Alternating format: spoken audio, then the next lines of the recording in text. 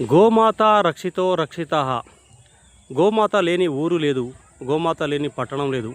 గోమాత ద్వారా నేడు మరియు ఆధునిక కాలంలో మరియు పూర్వకాలం నుంచి ప్రతి పంట పండాలంటే గోమాతను నాగలు కట్టి బండి కట్టి వ్యవసాయం పనులు చేసి ఎన్నో విధాలుగా సహాయ సహకారాలు అందిస్తున్న వ్యవసాయదారులకు ఈరోజు పల్లెటూరులో గోమాత జాడ లేకుండా పోయింది.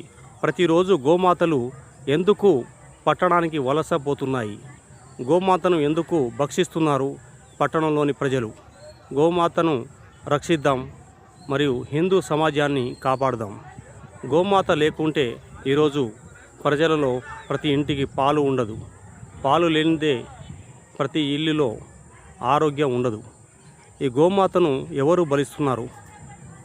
ఈ రోజుల్లో క్రైస్తవ మతంలో మారిన వారికి హిందూ రిజర్వేషన్ లేకుండా చేసే ఈ హిందూ సమాజం, ఈ భారతదేశ ప్రభుత్వం ఈరోజు గోమాతను నిలువుగా అడ్డంగా కోసి భక్షిస్తున్న వారికి ఎందుకు శిక్షిస్తలేరు? మరియు గోమాతను ఎందుకు రక్షిస్తలేరు? గోమాత రక్షితో రక్షిత అని పేపర్లో మరియు యూట్యూబ్లో స్టేటస్లో పెడితే సరిపోతుందా? గోమాతను ఎందుకు రక్షిస్తలేము? గోమాతను భక్షించే వారికి వారి మీద ఎందుకు చట్టపరమైన చర్యలు తీసుకుంటలేరు?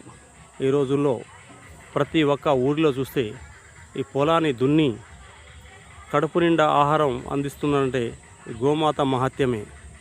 ప్రతి ఇంటిలో ఛాయ్ తాగుతున్నామంటే ప్రతి ఇంటిలో సేమియా, పాయాసం, రకరకాల గృహ ప్రవేశానికి గోమాత పాలు ఎంతో శ్రేష్టమైనది. అలాంటి గోమాతను ఈరోజు